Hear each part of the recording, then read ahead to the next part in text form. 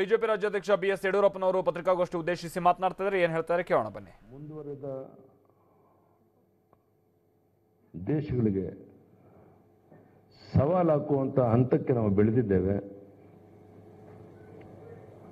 ಆರ್ಥಿಕ ಸದೃಢತೆ ಮತ್ತು ಬೆಳೆಯುತ್ತಿರುವ ದೇಶಗಳಲ್ಲಿ ಫ್ರಾನ್ಸ್ ಅನ್ನ ಹಿಂದೆ ಹಾಕಿ ನಾವು ಅದೇ ಜಾಗಕ್ಕೆ ಬಂದಿದ್ದೇವೆ.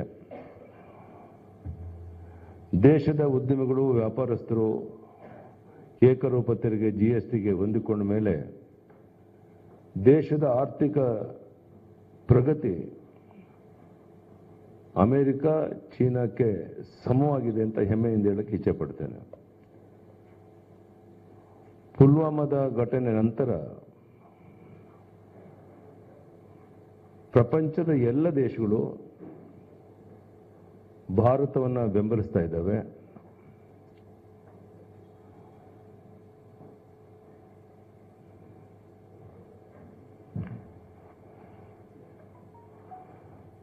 ಭಯೋತ್ಪಾದಕರಿಗೆ ಬೆಂಬಲ ಕೊಡ್ತಿರುವಂಥ, ತರಬೇತಿ ಕೊಡ್ತಿರುವಂಥ, ಹಣಕಾಸು ನೆರವು ಕೊಡ್ತಾ ಇರುವಂಥ ಪಾಕಿಸ್ತಾನವನ್ನು ಪ್ರಪಂಚದ ಎಲ್ಲ ದೇಶಗಳು ಖಂಡಿಸಿದ್ದಾವೆ. ಮತ್ತೆ ಭಾರತದ ನಿಲುವಿಗೆ ಬೆಂಬಲ ಕೊಟ್ಟಿದೆ. ಇದು ಒಂದು ರೀತಿ ಮೋದಿಜಿಯವರ ರಾಜತಾಂತ್ರಿಕ ಗೆಲುವು ಅಂತ ಹೇಳಕ್ಕೆ ನಾನು ಇಚ್ಛೆ ಪಡ್ತೇನೆ. ಇಂದಿನ ಭಾರತ ಬೆನ್ನು ಬಾಗಿಸುವ ಭಾರತ ಅಲ್ಲ, ಸೆಡೆದು ನಿಲ್ಲುವ, ಪ್ರತ್ಯುತ್ತರ ಕೊಡುವ ಭಾರತ. ಭಾರತ ಬದಲಾಗಿದೆ. ಇದಕ್ಕೆ ಕಾರಣ ಮೋದಿಯವರ ದಿಟ್ಟ ನಿಲುವು ಅನ್ನೋ ಮಾತನ್ನ ಹೇಳಕ್ಕೆ ಇಚ್ಛೆ ಪಡ್ತೇನೆ.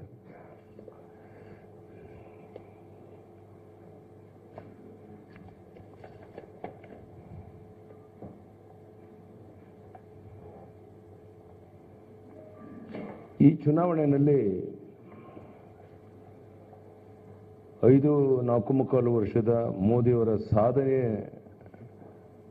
ನಮಗೆ ಒಂದು ರೀತಿ ರಕ್ಷಣಾ ಕವಚ. ಕಳೆದ 60-70 ವರ್ಷದಲ್ಲಿ ಹಿಂದಿನ ಸರ್ಕಾರಗಳು ಮಾಡೋಕ್ಕಾಗದೇ ಇರುವಂಥ ಒಂದು ಪ್ರಗತಿಯನ್ನ 5 ವರ್ಷದಲ್ಲಿ ಮೋದಿಯವರ ಸರ್ಕಾರ ಮಾಡಿದೆ.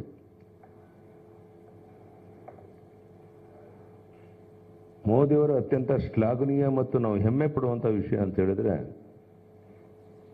ಅವರ ನಾಯಕತ್ವ ದೇಶಕ್ಕೆ ಮಾತ್ರ ಅಲ್ಲ, ಇಡೀ ವಿಶ್ವಕ್ಕೆ ಮಾದರಿಯಾಗಿದೆ. ಜಗತ್ತಿನ ಅನೇಕ ರಾಷ್ಟ್ರಗಳು ಮೋದಿಯವರ ನಾಯಕತ್ವವನ್ನು ಕೊಂಡಾಡ್ತಾ ಇದ್ದಾವೆ. ಸಂಯುಕ್ತ ರಾಷ್ಟ್ರ ಸಂಸ್ಥೆ UNO champion of the earth award, ದಕ್ಷಿಣ ಕೊರಿಯಾದ ಸಿಯೋಲ್ ಶಾಂತಿ ಪ್ರಶಸ್ತಿ, ಪ್ಯಾಲೆಸ್ಟೈನ್ ದೇಶದ ಅತ್ಯುನ್ನತ ಪೌರ ಸನ್ಮಾನ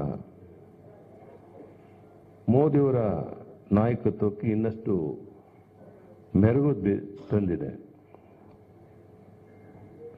ಮೋದಿಯವರ ಆರ್ಥಿಕ ನೀತಿ ಜಗತ್ತಿನ ಅನೇಕ ದೇಶಗಳು ಬೆಚ್ಚಿ ಬೆರಗಾಗುವಂತೆ ಮಾಡಿದೆ.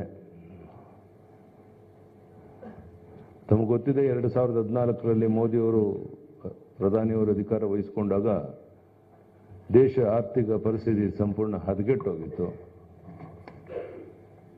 ಆದರೆ ಸೋರಿಕೆಯನ್ನು ತಡೆದು ಖಜಾನೆಯನ್ನು ತುಂಬಿ ದೇಶದ ಆರ್ಥಿಕ ಪರಿಸ್ಥಿತಿ ಸುಧಾರಣೆಯಾಗಿದೆ. ಜಗತ್ತಿನಲ್ಲಿ 11ನೇ ಸ್ಥಾನದಲ್ಲಿದ್ದ ಆರ್ಥಿಕ ಗಾತ್ರದಲ್ಲಿ ಇಂದು 5ನೇ ಸ್ಥಾನಕ್ಕೆ ನಾವು ಏರಿದ್ದೇವೆ. ಇನ್ನು 3-4 ವರ್ಷಗಳು ಇದು 3ನೇ ಸ್ಥಾನಕ್ಕೆ ಏರುವ ನಿರೀಕ್ಷೆ ಇದೆ ಅನ್ನುವಂಥದ್ದು ಎಲ್ಲರ ನಿರೀಕ್ಷೆ.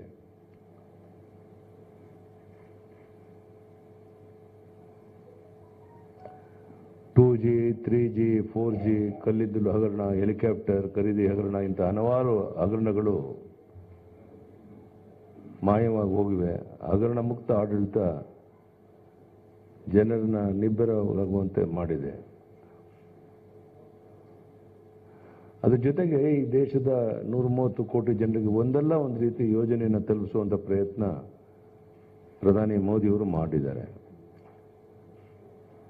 ಉಜಾಲ ಉಚಿತ ಅನಿಲ ವಿತರಣೆ, ಪ್ರಧಾನಮಂತ್ರಿ ಆರೋಗ್ಯ ವಿಮೆ ಯೋಜನೆ, ಜನ್ಧನ್ ಖಾತೆಗಳ ಮುಖಾಂತರ ಜನರಿಗೆ ನೇರ ಸೌಲಭ್ಯ ವಿತರಣೆ, ಮಧ್ಯಮ ವರ್ಗದವರಿಗೆ 6.5 ಲಕ್ಷದವರಿಗೆ ಆದಾಯ ತೆರಿಗೆ ವಿನಾಯಿತಿ, ವ್ಯಾಪಾರಸ್ಥರು 40 ಲಕ್ಷದವರೆಗೆ ವಹಿವಾಟು ಮಾಡುವವರಿಗೆ ತೆರಿಗೆ ವಿನಾಯಿತಿ, ಈ ಎಲ್ಲವೂ ಸಹ ಸಾಮಾನ್ಯ ವರ್ಗದ ಜನರಿಗೆ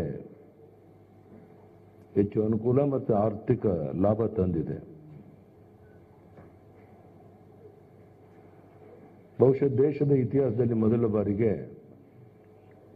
12.5 ಲಕ್ಷ ಕೋಟಿ ರೈತರಿಗೆ 75,000 ಕೋಟಿಯನ್ನು ತೆಗೆದಿಟ್ಟು 6,000 ರೂಪಾಯಿನ ಪ್ರತಿ ವರ್ಷ ಸಣ್ಣ ರೈತರಿಗೆ ಅವನು ಬದುಕಿರೋರಿಗೆ ಕೊಡುವಂಥ ವಿನೂತನ ಯೋಜನೆ ದೊಡ್ಡ ರೈತ ಸಮುದಾಯಕ್ಕೆ ಕೊಟ್ಟಂತ ಕೊಡುಗೆ. ಆರ್ಥಿಕವಾಗಿ ಹಿಂದುಳಿದ ಜನರಿಗೆ 10ರಷ್ಟು ಮೀಸಲಾತಿ, ರೈತರ ಬೆಳೆಗಳಿಗೆ 1.5ರಷ್ಟು ಕನಿಷ್ಠ ಬೆಂಬಲ ಬೆಲೆ, 97% ಹಳ್ಳಿಗಳ ನೈರ್ಮಲೀಕರಣ ವ್ಯವಸ್ಥೆ,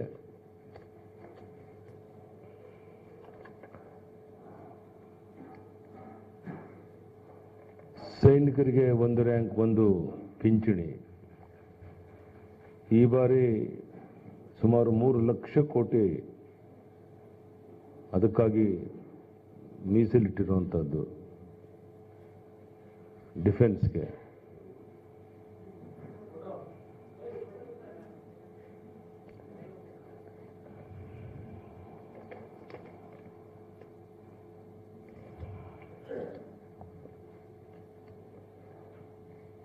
ನಾನು ನೇರವಾಗಿ ನಮ್ಮ ರಾಜ್ಯದ ಮುಖ್ಯಮಂತ್ರಿಗಳು ಕೇಳ್ತೇನೆ, ನೀವು ಅಧಿಕಾರಕ್ಕೆ ಬಂದ ದಿವಸದಿಂದ ಇವತ್ತಿನವರೆಗೆ ಹೇಳಿ ಬಂದಂಥದ್ದು ರೈತರ ಸಾಲ ಮನ್ನಾ, ರೈತರ ಸಾಲ ಮನ್ನಾ. 9 ತಿಂಗಳು ನಿಮ್ಮ ಆಡಳಿತ ಮುಗಿದೋಯಿತು. ಅಧಿಕಾರಕ್ಕೆ ಬಂದ 24 ಗಂಟೆಯಲ್ಲಿ ಸುಮಾರು 45-46 ಸಾವಿರ ಕೋಟಿ ರೈತರ ಸಾಲ ಮನ್ನಾ ಮಾಡ್ತೇನೆ ಅಂತ ಹೇಳಿ 9 ತಿಂಗಳಾದ್ಮೇಲೆ ನೀವು ಸಾಲ ಮನ್ನಾ ಮಾಡೋದು ಕೇವಲ 4,500 ಕೋಟಿ.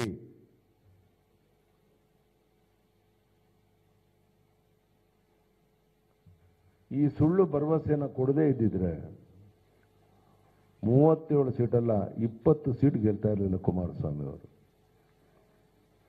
ಬಹುಶಃ ನಮ್ಮ ರಾಜ್ಯದ ಇತಿಹಾಸದಲ್ಲಿ 104 ಶಾಸಕರನ್ನ ಪಡೆದು ಜನ ಬೆಂಬಲ ಇರುವಂತಹ ಭಾರತೀಯ ಜನತಾ ಪಾರ್ಟಿ ವಿರೋಧ ಪಕ್ಷದಲ್ಲಿ ಕೇವಲ 37 ಜನ ಶಾಸಕರಂತ ಕಾಂಗ್ರೆಸ್ JDS ಕಾಂಗ್ರೆಸ್ ಪಕ್ಷದ ಬೆಂಬಲದಿಂದ ಆಡಳಿತದ ಪಕ್ಷದಲ್ಲಿ. ಹೋಗ್ಲಿ, ಹೊಂದಾಣಿಕೆ ಇದೆಯಾ? ಅಭಿವೃದ್ಧಿ ಕಾರ್ಯದ ಕಡೆ ಗಮನ ಕೊಡ್ತಾ ಇದ್ದೀರಾ? ಸುಮಾರು 160 ತಾಲೂಕು ಹೆಚ್ಚು ತಾಲೂಕಲ್ಲಿ ಭೀಕರ ಬರಗಾಲ ಇದೆ, ಕುಡಿಯೋ ನೀರಿನ ಹಾಹಾಕಾರ ಇದೆ, ಜನರು ವಲಸೆ ಹೋಗ್ತಾ ಇದ್ದಾರೆ, ಜಾನುವಾರುಗಳು ಮೇವಿಲ್ಲ, ಸಿಕ್ಕ ಬೆಲೆಗೆ ಮಾರಾಟ ಮಾಡಿ